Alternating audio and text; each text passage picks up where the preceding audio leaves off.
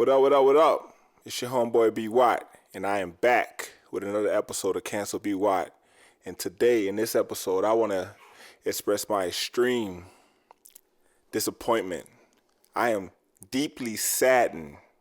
I am overwhelmed with remorse at the news that our brother, primetime Deion Sanders, has decided to leave Jackson State University and take his talents to Colorado. I gotta be honest with you. Over the last 2 seasons, I personally became a fan of Jackson State University. I was following them on Instagram, following them on YouTube, as well as some of the individual players. And I was falling in love with the idea of primetime being at Jackson State University.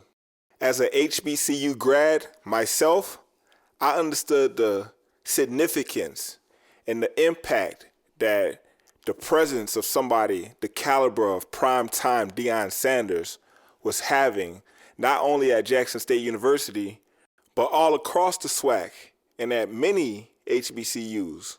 I mean, he really brought back alive that SWAC energy and that HBCU energy and brought it on a national stage and showcased it for all the world to see. And the entire world was starting to watch. So I couldn't help but to be overwhelmed with disappointment when I received the news that Deion Sanders had taken the job at Colorado and was expected to be leaving Jackson State University. See, once upon a time, black colleges and athletes actually dominated college sports. Despite what many people may believe, black colleges in the SWAC actually have a legacy of greatness, and there have been many HBCU alumni who have attained greatness in professional sports. Walter Payton, Jerry Rice, Steve McNair, Doug Williams, just to name a few.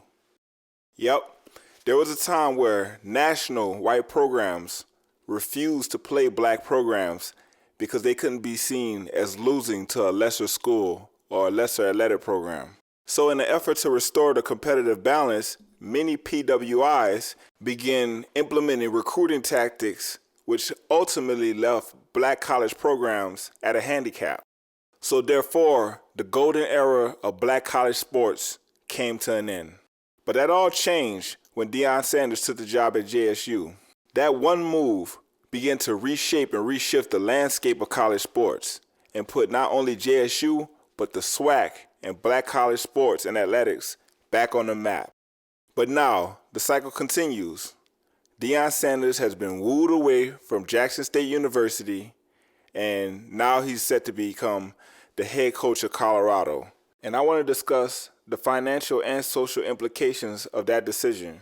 So back in 2020, Deion Sanders signed a 4-year deal with Jackson State University worth $1.2 million overall and $300,000 annually. After Coach Sanders buys out of his contract, he'll owe JSU about $300,000. The contract supposedly requires Deion Sanders to pay half the remaining salary on his deal if he chooses to leave JSU for another job. It's being reported that Colorado has offered Deion a contract estimated to be valued at $5 million per year, which is quite a hefty raise. Now, I'm not watching that man's pockets. I'm not about to Google his net worth, but it is my assumption that Mr. Sanders does not necessarily need the money. So therefore, it is my assumption that this is not a purely financial decision for him. Just last year, Coach Sanders donated most of his salary back to JSU for the maintenance and upkeep of the stadium. And we all understand that black colleges get significantly less funding than their PWI counterparts. But I was feeling like primetime was just the man to change all of that. I want to believe that the local government in Jackson, Mississippi did all they can to support Deion. I want to believe that the board of directors at Jackson State University did all they could to keep Deion in Jackson State. But once again, the cycle continues, and I do believe this will set black college sports back once again. Coach Sanders, who's now completing his 3rd season at JSU and coming off of back-to-back SWAC championships, is leaving to coach a Colorado team that hasn't even been competitive or relevant since 2011. 2 bowl appearances and only 1 season with over 5 victories in the last decade. So now my question is, can primetime Deion Sanders strike lightning twice?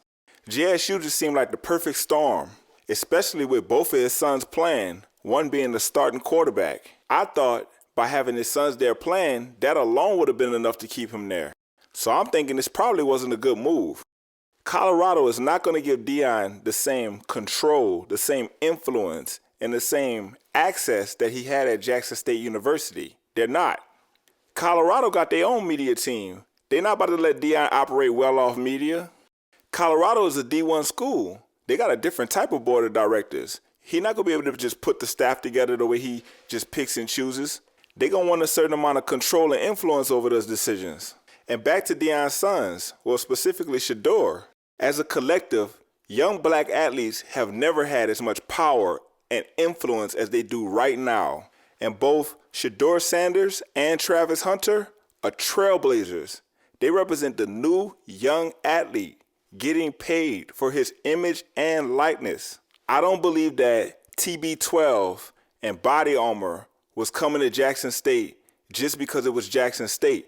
And I don't believe that they were coming to Deion just because it was Deion Sanders. I think it was the perfect combination of the two that created a marketing storm, which has now been put to a halt. So I'm interested to know how the players feel about it. Maybe they were aware that coach was making this decision. I'm sure that many of the players playing for JSU right now primarily came to JSU because Deion Sanders was the head coach there. Do those players stay at JSU now? Is JSU still going to be the recruiting hotspot that it had become? Or will Deion Sanders now attract all the major black talent coming out of high school to Colorado? The cycle continues. You know, it could be that primetime just tired of that Jackson State heat. Earlier this year, when JSU played Grambling at Jackson State, first responders at the Mississippi Veterans Memorial Stadium had to treat at least 40 people. 7 people had to be taken to the hospital for heat-related injuries. Both Grambling and Jackson State spectators complained about the heat, the lack of water, and the long concession lines. All those things played a factor as to why so many fans sustained heat exhaustion. Nah, hold up. That sounds crazy to me. And when you combine that with the fact that Deion was willing to sacrifice half his salary to correct those type of issues at JSU, it makes me realize that there was a larger problem here at hand. So, anybody, somebody, tell me what you think. Why in the world is Deion Sanders leaving JSU? Will black college sports ever be the same again? Or is primetime Deion Sanders just tired and frustrated with the long lines at HBCUs? Tell me what you think. Listen, like, share, subscribe. Cancel Be White.